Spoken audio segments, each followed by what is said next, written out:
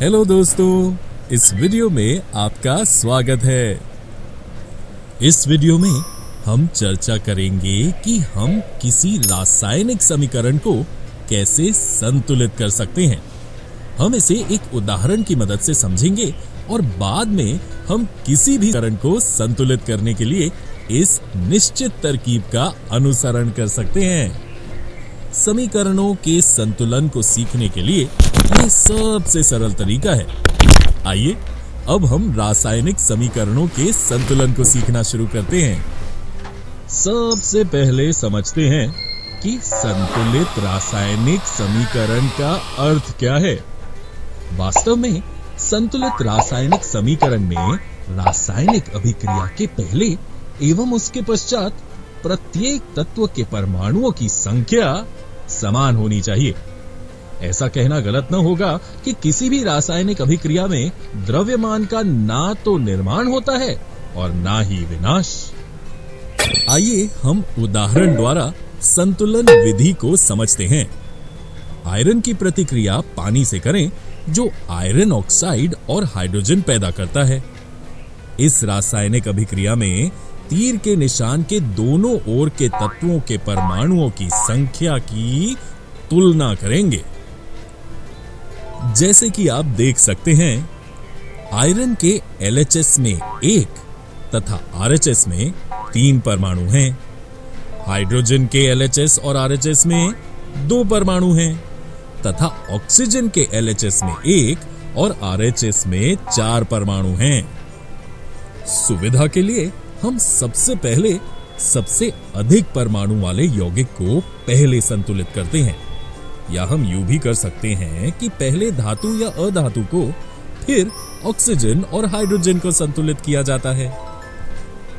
ये याद रखना आवश्यक है कि परमाणुओं की संख्या को बराबर करने के लिए हम अभिक्रिया में शामिल तत्वों तथा यौगिकों के सूत्रों को नहीं बदल सकते हैं। सबसे पहले Fe3O4 और उसके ऑक्सीजन तत्व को चुनकर संतुलित करने का प्रयास करते हैं। ऑक्सीजन परमाणु को संतुलित करने के लिए हम 4 गुणांक लगाकर 4H2O लिख सकते हैं, लेकिन याद रहे इसे हम H2O2 या H2O the whole 4 इन तरहों से नहीं लिख सकते। Fe तथा H अब भी संतुलित नहीं है। LHS में Fe का 1 और RHS में 3 परमाणु हैं तथा H के LHS में 8 4 गुणा 2 तथा RHS में 2 परमाणु हैं। तो हाइड्रोजन परमाणु को संतुलित करने के लिए दाईं ओर H2 अणु की संख्या को 4 कर देते हैं। अब Fe को संतुलित करने के लिए बाईं ओर हम Fe के 3 परमाणु लेते हैं।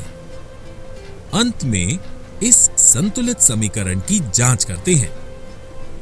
Fe के तीर के दोनों ओर 3, हाइड्रोजन के 8 तथा ऑक्सीजन के 4 परमाणु हैं।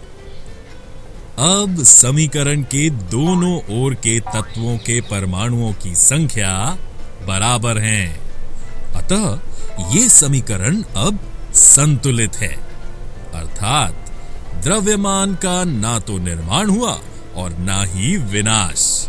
इसलिए अभिक्रिया के पहले एवं उसके पश्चात प्रत्येक तत्व के परमाणुओं की संख्या समान है।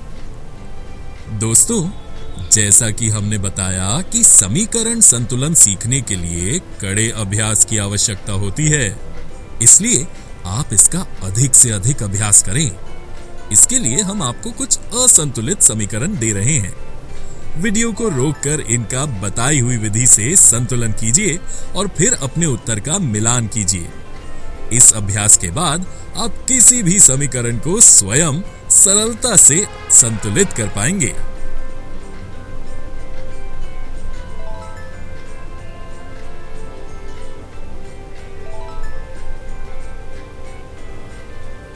दोस्तों, किसी भी समीकरण को संतुलित करने के लिए याद रखें, सबसे पहले धातु, अधातु, तत्पश्चात हाइड्रोजन और ऑक्सीजन को संतुलित करना होगा। आशा करते हैं कि इस तरकीब से आप कठिन से कठिन समीकरण को सरलता से संतुलित कर पाएंगे। दोस्तों, इस वीडियो में हमने रासायनिक समीकरण को कैसे संतुलित कर सकते हैं इसका अध्ययन किया। अगले वीडियो में हम रासायनिक अभिक्रियाओं के प्रकारों के बारे में जानेंगे। तो दोस्तों, आपको हमारा वीडियो कैसा लगा? अगर आपको हमारा वीडियो पसंद आए तो लाइक, शेयर और सब्सक्राइब करना ना भूलें।